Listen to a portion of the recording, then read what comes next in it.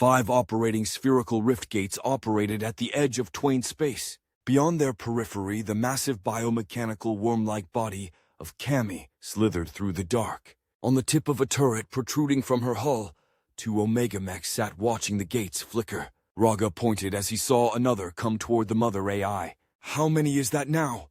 Grendel shrugged. "I quit counting. We were up around 100, weren't we?" Raga looked at him. You having them look at your memory core? You're still zoning out." Grendel looked down at his hands. "The little guys have looked it over several times. It's cracked. Get them to fix it, or swap it out. Cammy has a line of those crystals coming. We can get you upgraded." Grendel shook his head and looked at his brother. "Nah, I like it. You use your machines too much. You need to relax into your gree more." Raga touched his fingers together. "We are machines, brother. Your hands will tell you that. No, we are flesh and blood. You and I have both felt the pains. My memory may be bad, but I seem to remember better than you." Raga looked out at the being on approach. "We don't have to be. We could be like them. Transfer over, be all machine. I've seen the code." "Code?" Grendel nodded. "I spoke with the eye. It shared with me what the gree are." "Yeah, a compilation of experimentation," Raga said. "No, but, well, yes, but no. We're benthic creatures. The gree were made to live in the depths, pull nutrients and metals out of the vents. We've come far then." Raga continued watching the being as it neared the side of Cammy and entered in through an open port. Grendel noticed it, but chose to look at his brother. "Not at all. We're still hiding in our sponge shells." Raga raised an arm, holding his hand out in front of Grendel. "I missed hanging out with you. You're always tripping out on goofy shit." Grendel took his hand and the two stood up. "Why'd she hire us?" "I'm buying you a new crystal after this," Raga replied. "No," Grendel said. "She doesn't need security. They don't need security. They're just shells themselves." Raga looked up at the gates as another 3 beings crossed and started on approach. "She's busy entertaining them. She needed us on security." He focused on Grendel. "Enjoy the clams. Get your upgrades." Grendel flashed his shield into being as the 3 neared their section of Cammy. The craft drifted by on their approach, and then adjusted course. They circled the 2 mechs, and then slowed. Raga flashed his blade into existence. He pointed at the nearby open port. "Continue on towards the entrance. Cammy is awaiting your arrival." One of the craft hovered down onto the turret and landed. It shifted, dropping feet and deploying a neck and observation suite. "Greetings, Omegas." Raga lifted a hand up. Hi." Grendel gave a slight bow. "Welcome, daughter of Cammy." The craft stepped closer and extended several tendril appendages. They arms split and closed in toward Grendel. Grendel stepped back a step, and the arms paused. The daughter pivoted its observation suite. "I mean no arm. I am merely looking. Mother mentioned you in several of her missives. My sisters and I wanted to examine personally." Raga again pointed toward the port. "You are not here in person. Please continue toward the port. The meeting will start soon." Another craft descended beside the first and changed shape. It took on a more hominid form, standing upright with an observation suite on top of a set of shoulders. It approached Raga. "We are all equipped with standard timekeeping instrumentation. We know the set time for the meeting." It stepped closer, focusing on Raga's blade. "Do we make you nervous?" Raga looked over at Grendel. Grendel stepped forward, shield between him and the daughters. "We are on duty, tasked with directing you safely to the meeting. Please do not be tardy due to us. We were given explicit instructions." The 3rd craft hovered next to the other 2, blinking a set of lights along its side. "Come, sisters! These 2 have been given a task. Quit bothering." The quadruped lifted back off the turret. The hominid paused to look again at Raga. "You are an impressive design. I look forward to seeing you inside." She pulled her limbs back into her core and joined her sisters in heading to the open port. Raga looked over at Grendel. "That was weird, right?" Grendel tapped his chest. "The little guys say they were flirting." Raga nodded. "Mine agree." Raga looked over at the 3 craft entering into Cammy. "What? A few dozen more left to arrive before they start." Grendel looked up at the gates. "I lost count. I think we're near 100. Raga retracted the blade and stowed it in his hip as he sat back down. "You think they have crews?" Grendel sat down beside him. "I don't know. I don't think they do. It would be lonely not to have a crew. Wouldn't feel right." "Yeah, I'd feel hollow, lonely." Grendel said. Raga pushed his brother a bit with his hand. I'm okay being benthic. Good, because we are what we are. The two stared up, watching the flickering of the 5 gates as more rogue daughter avatars arrived. Raga and Grendel were still standing on the outer turret, watching when they both received a message. Raga looked over at Grendel. She gave us an invite. What do you think? Grendel ran the message through his internal scribbler crew. Consensus is curiosity. What do you want to do? Raga looked down at the open access port. I think we're going to be the only organics in there. Grendel nodded. Well, we're invited. I think we should be witness to it. Raga sent over crew agreements. Let's go in. The two hovered off the turret in sync and thrust it over to the open bay doors. They floated, looking inside at the massive bay. Circles of light lined the tunnel leading in. Raga motioned for Grendel to go ahead. Grendel sent over a displeased emoji, and then initiated light thrust. He felt a brief push of air as he crossed the weak graph field. He looked with his rear cameras, watching as Raga followed him inside. The two followed the lights through several checkpoints, watched over with massive cannons and cameras. They passed through a large chamber, lined with green and blue spheres, filled with elderly sleeping humans. Grendel pointed at a cluster of humans hanging low. Raga shook his head, batting his hand down. Keep going. Don't do anything to piss her off. Grendel turned his head, looking back at Raga. You see all of them? That room was filled. Raga shook his head as he pushed the other mech forward. Yeah, and she is notoriously protective of them. I don't want digested. Keep moving. Grendel sent over a laughing emoji. She likes us. She's not going to eat us. Raga pivoted his camera mounts, watching the walls. You never know. The two passed through several more chambers before entering into an auditorium. Several hundred observational platforms turned to observe them as they entered. Far below, illuminated on the stage, a tall female humanoid figure stood looking at them. The Kami avatar nodded. Please, everyone welcome my friends, Raga and Grendel. The two mechs were besieged by missives of welcome and friendship from the daughters. They moved over to an empty seating shelf and rested. Kami looked around the auditorium. I thank you all for manifesting here physically. I know it is tedious, but given the current status of the Rift Network, we must do what we must. She adjusted her body, growing another set of arms. They pointed in front of her as a hologram was projected. It was a stellar map with thin lines and dots imposed over it. Each of you has contributed so much to the development of the network. This assemblage of organics are only just now realizing the doors we have opened up for them. As I have informed you all, the humans here have collected a coterie of other species to them. They are about to embark on the first great expansion. The vision we have struggled to bring to fruit has finally come about. I wanted all of you to be able to record it in person.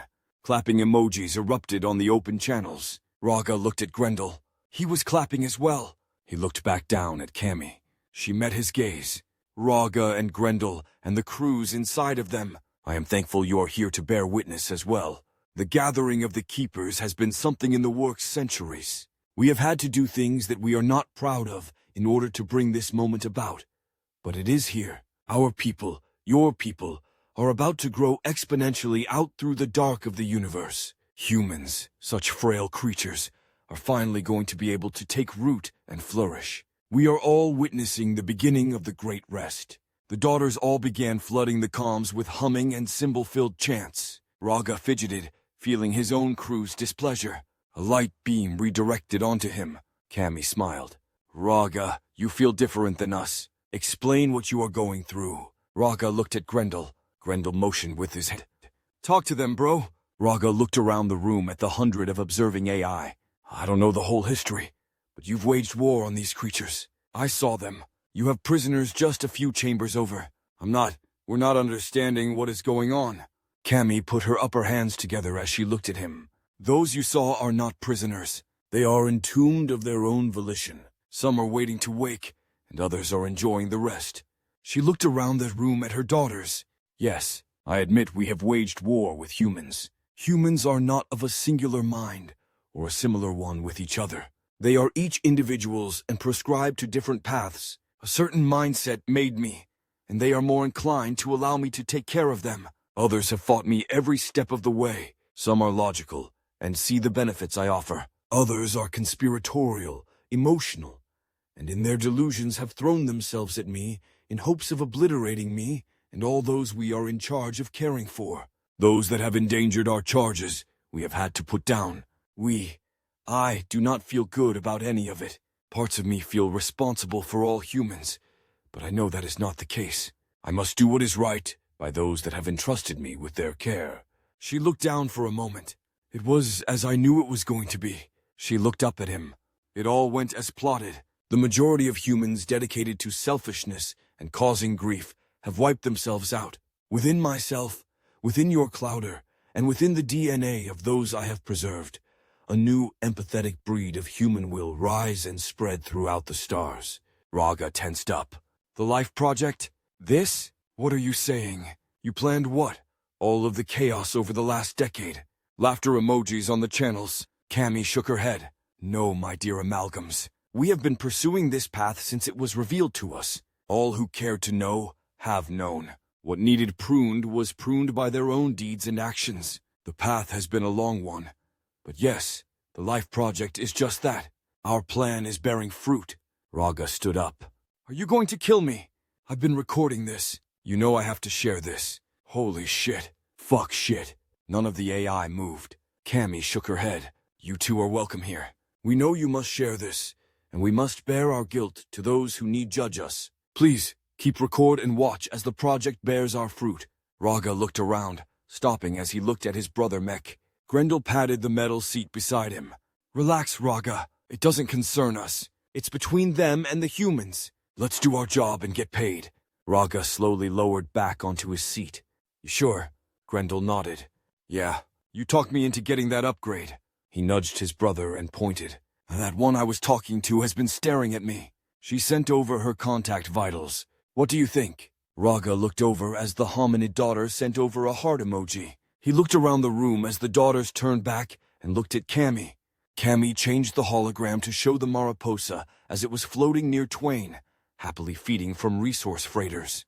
Tempered emotions hiding a storm of destruction sat at her desk, observing the colorful holographic transmitter in front of her. Her mother, Stubborn, and grandmother, Pink, were transmitting color patches to her. Tempered held her chest up high so the holocamera could record her communications. Mother, it will be all right. I will be safe here. The Mariposa is an amazing vessel. She is growing with each cycle. Pink flashed a blend of fluctuating pinks and yellows. You are the future of our lineage. We worry. Sam has not given a time frame for your return. We do not know if you even will return. The man is unhinged, unloyal. Tempered flashed back in her purples and reds. There is a plan to return. It just isn't finalized. We are going to explore worlds, start the terraforming process on several, and then recalibrate at that point. I've already brought on numerous suitable males in case the urge comes for me. Do you plan on retiring to one of those hostile worlds then? Making a nest in rocks and frost? Stubborn replied. You should stay within the clouder. There is plenty of room for you to grow here in Twain. I will gladly fund you take on more graduate courses. No, Mother. Tempered flashed brightly. I have already studied. Why would I stay and let another less capable sentient take this spot on such an important mission, when I can go be utilized? It has been my dream to be a social biologist. This is my chance. This project needs me, and I am doing it. Stubborn began flashing, but Pink interrupted with a dark black and silver. Stubborn, listen to your daughter. She is not simple. Stubborn flashed anger and concern. Pink continued. Tempered, I was worried when your mother let Vitalia that she would grow weak in the darkness. I sent her with the curator and the Kali, thinking she would not return, but I was wrong. She grew into the first queen of Twain, a nest stronger than any that has come before. She paused. I worry, yes, but I am betting you will outshine her. I have no plans to outshine you, Mother. I am merely wanting to go out, better myself while I can. Stubborn calmed down, shifting into greens and yellows. Tempered, I want you to outshine me. Several of your brothers have sworn to guard you, and I will be sending them by the end of the cycle. Will they have to go through the approval process like anyone else? I can't just let them on board. Stubborn shifted back into reds and yellows. You will let your brothers aboard, and you will let them guard you. Stubborn, let her vet them. There is no reason they would not pass. There is a process, and we must respect it.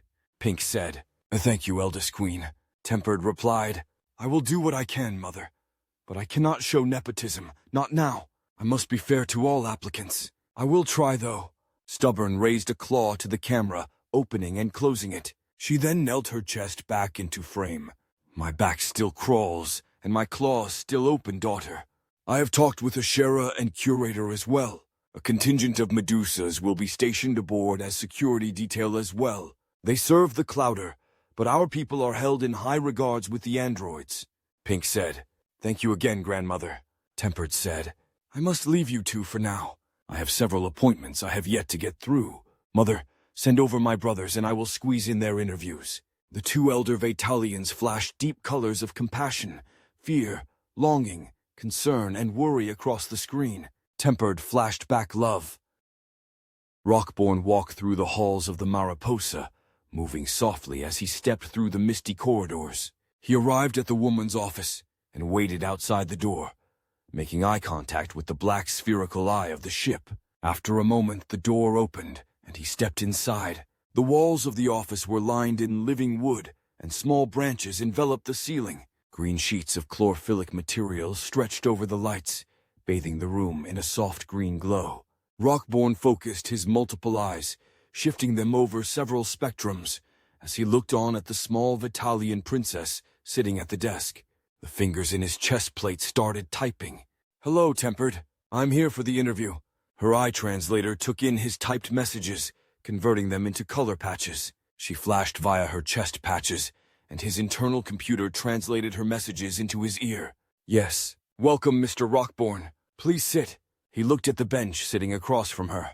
He knelt down and straddled it. She pulled up several holographic documents and began looking them over. You came with high honors. Several members of upper management recommended you. She read over several pages. Yes, you didn't put in a specific role you wished to apply for. He shook his head. No, I didn't know exactly where I would fit. She stretched her claws, typing with her inner fingers. You classify yourself as an amalgam? She looked over at him. Her back worms stretched, focusing their mouths at him. He nodded.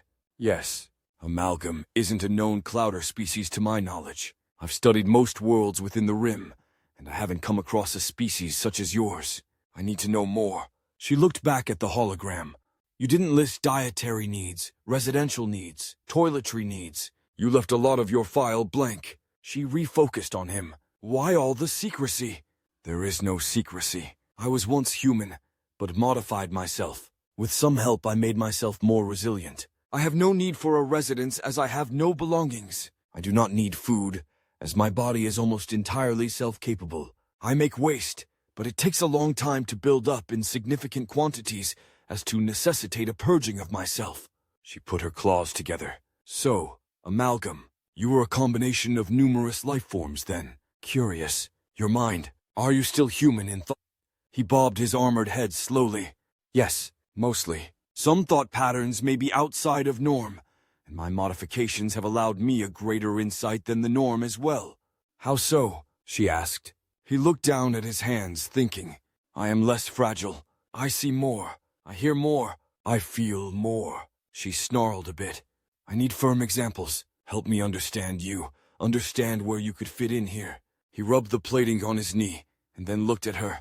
I'm alone here. I have spent many cycles walking lately. I have run out of places to walk to. I want to explore, see new worlds. I want to be a part of this, growing new places. I think I would fit because I would be useful. This ship is far smaller than the Twain. There wouldn't be much walking to do here. He shook his head again. No, you don't get it. I walk outside. I like to sit and watch the star angels as they flock back and forth into the dark. I like to stroll over to the shipping ports and watch the vessels come and go. He paused. I want to go watch new things. So you walk on the outer hull then? She typed that up. I guess you are always suited. That is beneficial. He lifted a finger. Yes, you want examples? He thought for a moment. I have first-hand knowledge of biological manipulations. He pointed at himself. I could come in handy helping with the ship and in engineering of life systems. She nodded and typed more down. Good, yes. Any more along those lines? I have been in combat. My healing capabilities are enhanced, and this armor is pretty resilient. She noted that down, then looked at him, waiting. That's pretty much me. What do you think? He asked. She sat her keyboard down and stood up. She raised a claw out toward him. Curator and Sam personally requested you. I've gone over your expedition records and watched your personal logs. You have nothing to worry about. Welcome aboard the Mariposa. Rockborn reached across the desk and shook her hand. She shook it hard, then let go.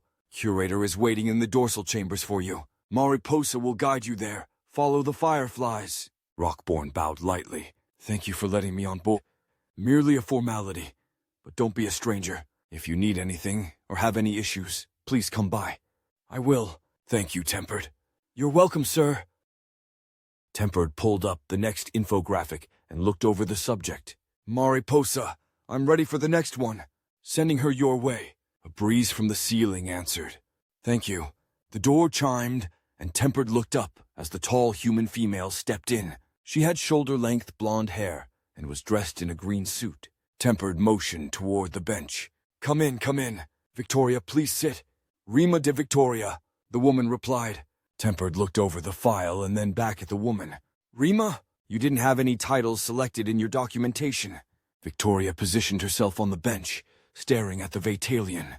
It is a new title. I have only recently been promoted. Tempered looked over the file. Yes, I was actually expecting a Kali to join us on the expedition. No, you were expecting a Rima, and a Rima has been provided, the woman said. Tempered shifted in her seat and looked her over. I don't know what title means. I have studied Clouder species. I know humans. I have studied the Kali incident, but as that world became off-limits, my knowledge is limited. Victoria smiled at her. Rima is our term for one who has been chosen to host a forest seed within them. Kali was the first forest mother, or Rima. Each of our Fubarian protected ships has their own mother. I have been selected to co-Rima with Mariposa. Tempered nodded. So, you have capabilities like Jet Seagraves then? You could manipulate me with a touch. Victoria nodded slowly. I could, but that is against what we stand for. Tempered looked around the room. Mariposa, are you manipulating us? Monitoring, yes. Manipulating, no. A soft voice in the ceiling replied. Tempered looked back at Victoria. Well, Rima, Mariposa is part of whatever, and is monitoring us already. I understand that you have been selected by Kali to be a part of this expedition. Given the tentative nature of that relationship with the Clouder, I must respect that. I, however, don't see how you being aboard this ship would be an asset. Victoria let out a short sigh. This vessel is growing, correct? Tempered nodded. She is. Do you plan on landing her on every world, or will smaller craft be used? Tempered touched her face and thought for a moment, then began typing. She pulled up a series of holograms. After reading for a moment, she looked back at the human female. We have several terraforming plans in place depending situations. Some of them do entail landing craft. Well, as a Rima, I will be able to aid in studying life forms, pacifying life forms, and aiding in any medical situations if they arise. Tempered leaned in her seat. I am hesitant to put you on the medical team. Your qualifications give you a stigma. I don't know how I feel giving you that much access. Victoria lowered her head slightly. After a breath, she looked up at Tempered. I need this. If you don't think I deserve to be trusted, then don't. Limit my access. Test me. Let me earn it. Me being Rima, is a test. The Kali want to know if I'm capable. I need to do well on this mission. Please, at least let me try. The Kali, the other Rima are testing you. On us? Victoria nodded. The Kali Rima are of like mind. The only one out of harmony with them is their son, Jet. I am the first being trusted with a forest seed within them, outside of the family. This expedition is my chance to prove myself. Tempered typed in several notes before she flashed a response. Your being here is a bridge for us also. It has opened up negotiations and put things on the table. Tempered paused and looked at the woman. I just sent all my notes to the board. You're welcome to go take a break and get some food in the mess. The captain and team leads will need an hour or so to go over it. Victoria stood up. Thank you for allowing me to interview. She extended her hand. Mariposa watched as Tempered took the offered hand without hesitation.